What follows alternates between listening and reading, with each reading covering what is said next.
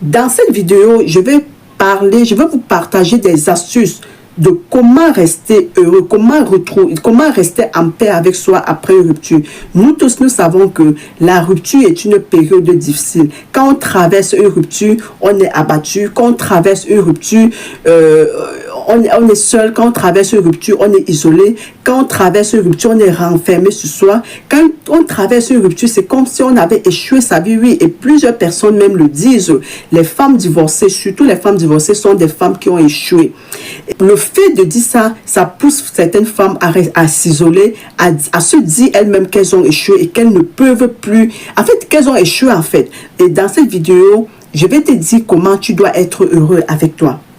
La première chose que tu dois faire, c'est quand cela commence quand tu es encore en relation. Oui, je vais vous choquer, c'est quand tu es encore en relation. Quand tu es encore en relation avec ton conjoint ou avec ta conjointe, apprends à être heureux toute seule dans ta relation.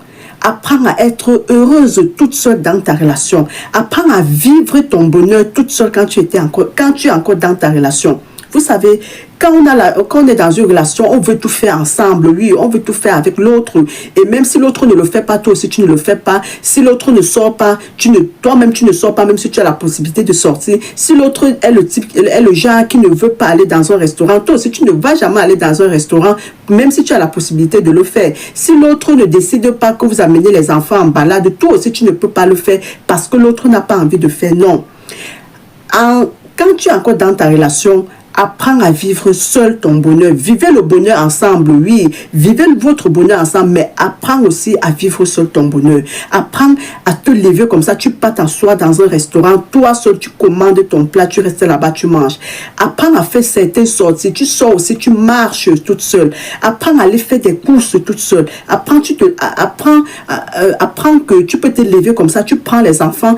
Si ton conjoint n'est pas disponible pour aller, ou bien s'il ne veut pas, parce qu'il y a même d'autres qui ne veulent même pas, tu prends la décision, tu prends tes enfants, vous partez vous balader, vous partez vous balader ensemble.